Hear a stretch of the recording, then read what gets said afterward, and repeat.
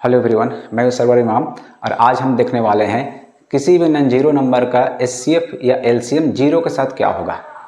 तो सबसे पहले हम लोग देखेंगे एचसीएफ क्या होता है। तो एचसीएफ क्या होता है कि एचसीएफ होता है हाईएस्ट कॉमन फैक्टर। तो हम लोग दो नंबर फिलहाल लेते हैं, उसमें से एक जीरो होगा और दूसरा कोई एक और नंबर होगा। तो जीरो और हम लोग 5 ले लेते 5। अब अगर इनका एचसीएफ निकालना है तो हमको जानना पड़ेगा इनका फैक्टर क्या होता है। तो फैक्टर किसे बोलते हैं? फैक्टर वैसा नंबर होता है जो किसी नंबर को डिवाइड कर सकता है, वो उस नंबर का फैक्टर कहलाता है। तो बताओ 5 किससे किससे डिवाइड होगा? 5 1 से होगा डिवाइड, फिर किससे होगा? और एक 5 से होगा, और किसी से होगा? नहीं होगा ना।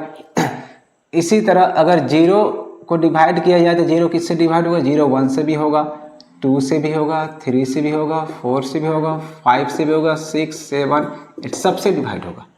ठीक है, तो जीरो जो होता है वो सबसे डिवाइड हो सकता है, मतलब जीरो का फैक्टर हर एक नंबर होगा। ठीक है, जीरो का फैक्टर दुनिया में जितने भी नंबर है सब जीरो का फैक्टर होते हैं। ठीक है, तो एचसीएफ क्या आता है? Highest common factor. कॉमन क्या होगा? जो दोनों के लिए होगा। तो यहाँ दोनों में कॉमन क्या क्या है? एक कॉमन है फैक्टर में, दोनों फैक्टर में, और एक क्या है? 5। तो अब बताओ एचसीएफ क्या होगा जीरो और 5 का? तो जीरो और 5 का जो एचसीएफ होगा, जीरो और 5 का एचसीएफ वो क्या होता है? Highest common factor. तो हाईएस्ट कॉमन फैक्टर क्या है? 5 है, तो 5 हो जाएगा। अगर एक और नंबर हम लेते हैं, जीरो और 6 का निकालते, जीरो फैक्टर हो गया 1 2 3 4 5 6 7 है ना। और 6 का फैक्टर क्या होगा? 1 से डिवाइड हो जाएगा, 2 से हो जाएगा, 3 से, और 6, और तो किसी से नहीं होगा। तो कॉमन क्या क्या है? कॉमन 1 भी है, 2 भी, और 6 भी है। तो हाईएस्ट कॉमन क्या है देखो, तो हाईएस्ट कॉमन फैक्टर यहाँ पर है 6। तो 6 और जीरो का एचसीएफ क्या हो जाएगा? 6 हो जाएगा।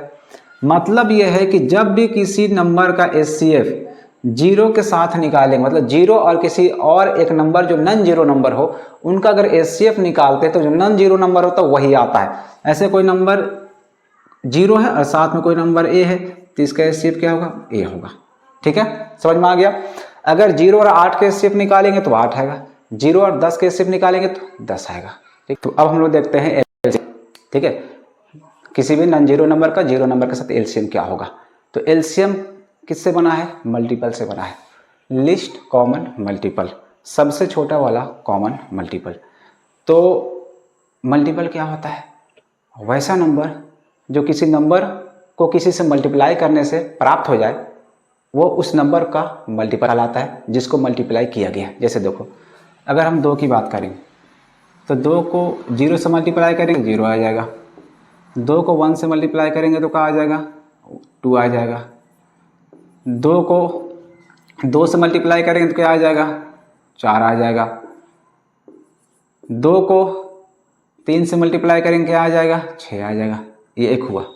ठीक है, ध्यान से देखना।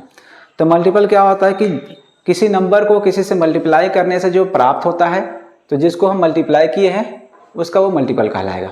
ठीक, दूसरा इसका एक और मतलब होता है, दूसरा एक और मतलब होता है। देखो क्या मतलब होता है?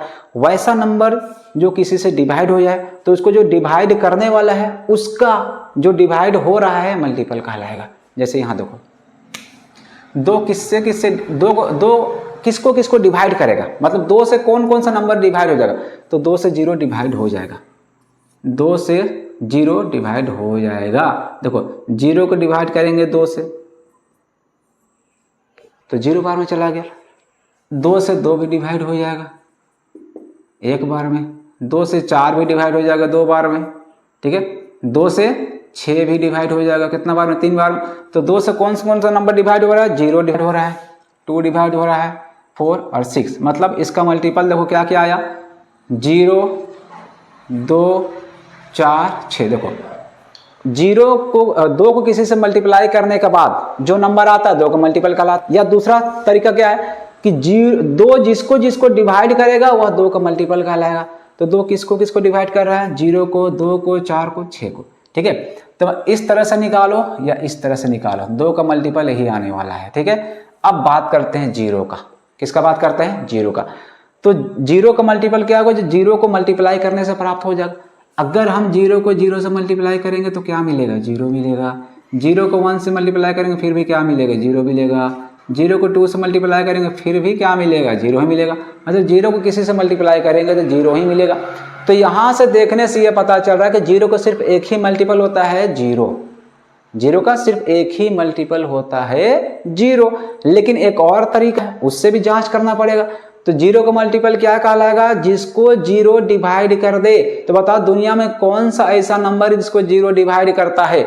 कोई बोलेगा सर 0 को डिवाइड कर देगा, नहीं, 0 किसी को डिवाइड नहीं कर सकता है। 0 से डिवाइड पॉसिबल है ही नहीं, 0 से डिवाइड किया जा ही नहीं सकता। किसी भी नंबर को डिवाइड नहीं किया जा सकता 0 से। मतलब कोई ऐसा नंबर नहीं जो 0 से डिवाइड हो जाए। ये भी कहा जाएगा अपरिभाषित, अनडिफाइंड हो जाएगा, अपरिभाषित। ठीक है, अगर हम 1 को डिवाइड करेंगे 0 से तो भी कहा जाएगा अपरिभाषित। 2 को डिवाइड करेंगे फिर भी कहा जाएगा अपरिभाषित। ठीक है, मतलब 0 का कोई फैक्टर होता ही नहीं है, माफ कीजिएगा, 0 का कोई मल्टीपल होता ही नहीं है। 0 का मल्टीपल संभव नहीं है। यहां से देखने से ये पता चल रहा है कि 0 का मल्टीपल 0 हो सकता है। लेकिन दूसरा एक और पहलू है, इससे देखने से ये पता चल रहा है 0 का मल्टीपल 0 नहीं हो सकता। मतलब 0 का कोई भी मल्टीपल नहीं हो सकता है। तो अब देखते हैं हम लोग 0 और 2 का एलसीएम क्या होगा। 0 और 2 का एलसीएम, तो एलसीएम क्या होता है, लीस्ट कॉमन मल्टीपल। मतलब वैसा मल्टीपल जो दोनों का हो और कॉमन हो और सबसे छोटा हो। तो बताओ 2 का मल्टीपल क्या क्या होगा। 2 का मल्टीपल होगा 0, 2, 4, 6, सब 2 का मल्टीपल। बताओ 0 का क्या मल्टीपल होगा। देखो अभी देखे हम लोग ना, अगर ऐसे गुणा करके देख रहे थे 0, हम लोग को लग रहा है कि 0 इसका मल्टीपल होगा। लेकिन मल्टीपल एक और तरीका है देखने का कि मल्टीपल उसको कहते हैं जो किसी से डिवाइड हो जाए। तो 0 से कोई संख्या डिवाइड हो ही नहीं सकता। मतलब 0 का मल्टीपल है ही नहीं, 0 का कोई मल्टीपल नहीं है। तो 0 का कोई मल्टीपल है ही नहीं है तो एलसीएम उसका निकल सकता नहीं। इसलिए एलसीएम निकालने के लिए मल्टीपल होना जरूरी है। तो 0 और किसी नंबर का जो एलसीएम होगा वो अपरिभाषित होगा। क्या होगा, अपरिभाषित, अनडिफाइंड होगा। ठीक है।